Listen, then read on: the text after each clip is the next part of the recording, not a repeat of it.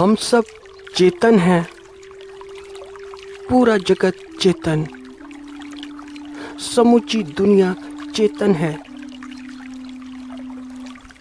यहाँ तक कि जो निर्जीव प्रतीत होता है वह भी चेतन है, जैसे कि पत्थर, जैसे कि पर्वत, जैसे कि पहाड़, जैसे कि चांद तारे। तो हिंदू बड़े बड़े अद्भुत हैं, इसलिए अद्भुत हैं कि चेतना जहाँ अभिव्यक्ति दे, जहाँ चेतना की अभिव्यक्ति हो, और चेतना की अभिव्यक्ति होती कैसे है? अपनी गति से, जो पदार्थ है उसकी गति से।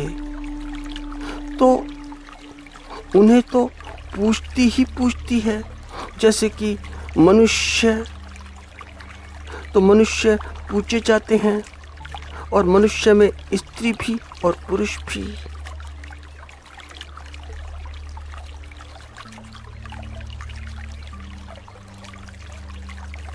तो ही तो इतने इतने देवी देवता हैं हिंदुओं के, इतने करोड़। तुम दुनिया में जहाँ भी रहते हो, किसी भी देश में रहते हो, तुम सब हिंदुओं के देवी देवता हो। मगर हिंदू यहीं तक नहीं रुकते, वे पशुओं में भी, जैसे कि गाय, उसे भी पूछते हैं, शुद्ध शाकाहारी गाय। और ऐसा ही नहीं कि ऐसा पशु, वे हिंसक पशु भी पूछते हैं, जैसे कि सर्प। तो देखते हो हिंदुओं में नाग पंचमी होती है, जहाँ पर सर्पों की पूजा होती है। और तुम मांसाहारी भी लो तो सिंह भी, शेर भी, क्योंकि शेर माता की सवारी है। तो हिंसक पशु भी। और यहीं पर हिंदू नहीं रुकते, साथ में वहाँ तक जाते हैं, वे वहाँ तक जाते हैं जहाँ पर मानव का दृष्टिकोण नहीं जाता, जहाँ चेतना अपनी अभिव्यक्ति ठीक अभिव्यक्त नहीं करती है, वे वहाँ तक भी पहुँचते हैं, जैसे कि पत्थर। वे ऐसा मानते हैं कि इस जगत में कोई भी, कुछ भी ऐसा संगठन नहीं हो सकता है,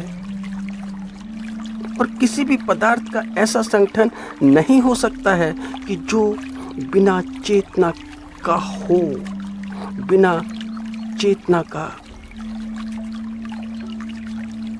तो पदार्थ महत्वपूर्ण इसीलिए है कि चेतना के साथ में संयुक्त है।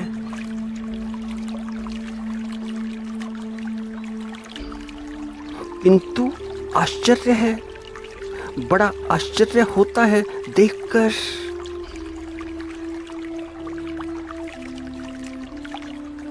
तो यह आश्चर्य का विषय नहीं तो और क्या है कि चेतना तो है, चेतना तो है, किंतु चेतना का स्वभाव बहुत ही कम, बहुत कम देखने को मिलता है। चेतना के जो दिव्य गुण हैं, उनकी सुगंध यह जगत कभी कभी ही लेता है, रोज रोज नहीं। तो चेतना के दैवीय गुण भी दैवीय सुगंधों से दुनिया कभी कभी ही सुगंधित होती है। और दुनिया भी कहना ठीक नहीं कि दुनिया सुगंधित होती है। कुछ ही लोग, थोड़े बहुत लोग।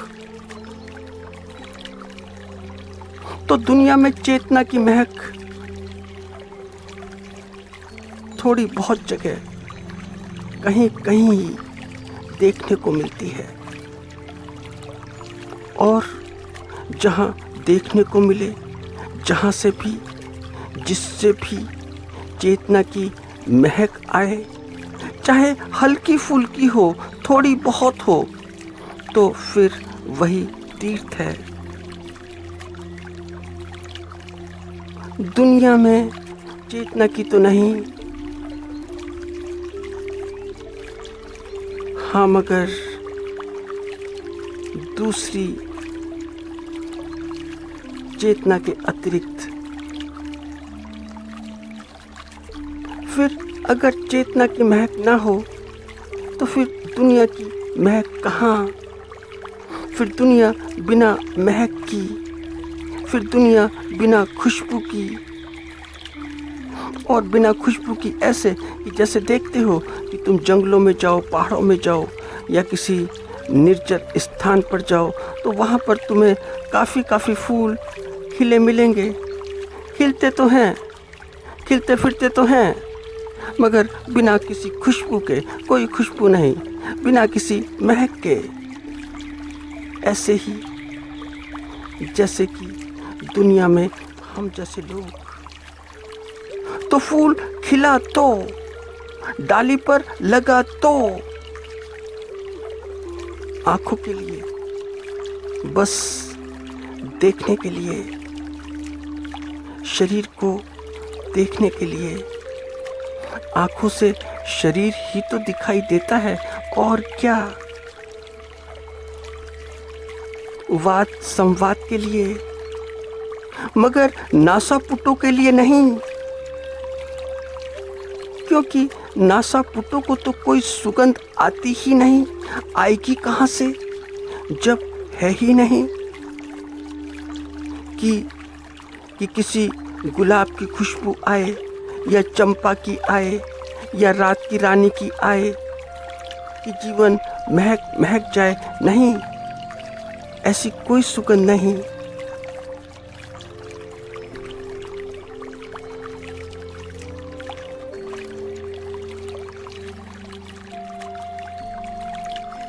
चेतना की सुगंध, चेतना की सुगंध कहीं भी ली जा सकती है, और कहीं पर भी, बाहर भी और खुद में भी,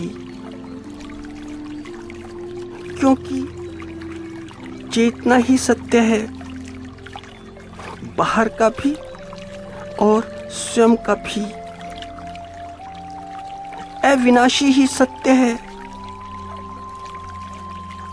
और जो यह सत्य है, यह सत्य हमारे झूठ और सच से बड़ा बड़ा भिन्न है, सर्वथा भिन्न है।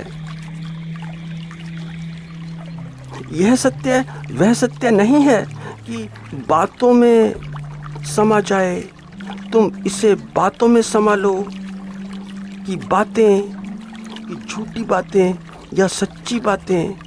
बातों का क्या, बातें तो सिर्फ बातें हैं। तो सुनते हैं कि स्वामी जी एक बार अमेरिका गए विश्व धर्म सम्मेलन में। स्वामी विवेकानंद भारत से,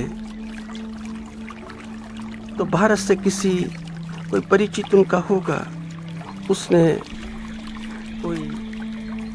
कोई अमेरिका के किसी व्यक्ति का पता ठिकाना दिया, और जो पता ठिकाना कागज में लिखा था वह कागज कहीं खो गया। तो आज तो दुनिया बड़ी छोटी छोटी हो गई है, पहले तो बहुत बहुत बड़ी थी। तो स्वामी जी सोच विचार में, तो स्वामी जी कुछ सोच ही रहे थे कि एक अपरिचित वहीं का कोई व्यक्ति रहा होगा, उसने पूछा कि आप कहाँ से आए हैं और कहाँ जाएंगे। तो स्वामी जी ने उस अपरिचित को बताया कि भारत से आ तो गया हूँ, मगर जाने का पता नहीं, क्योंकि जो जहाँ जाना था उसका पता ही खो गया। तो वह जो अनजान व्यक्ति था वह बोला, फिर तो बड़ी समस्या है, सारी की सारी समस्या है, क्योंकि इतनी दूर से आप,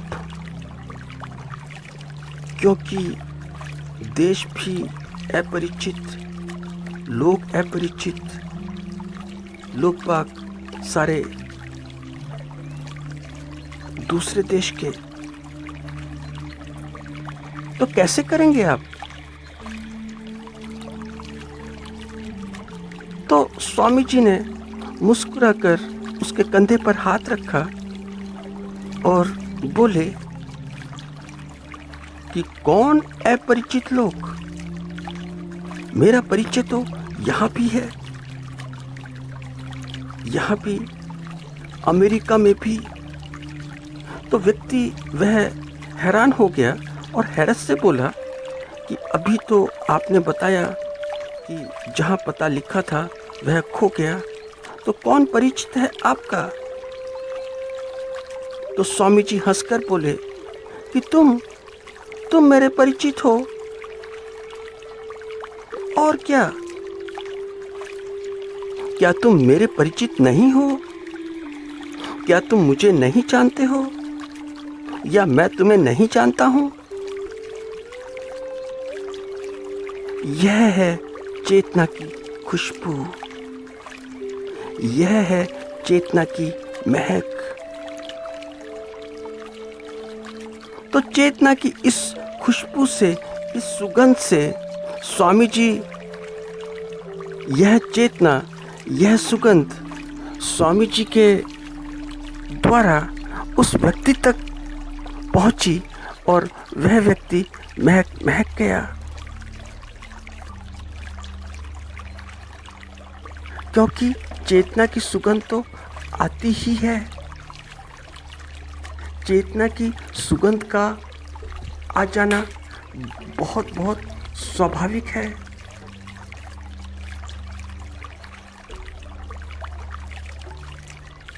तो सुनते हैं कि फिर उस व्यक्ति ने, उसने स्वामी जी की काफ़ी सहायता की। तो यह है स्वामी जी का अंदाज़े बयां, स्वामी जी की अंदाज़े गुफ्तगू। चेतना का स्वभाव ऐसा ही होता है।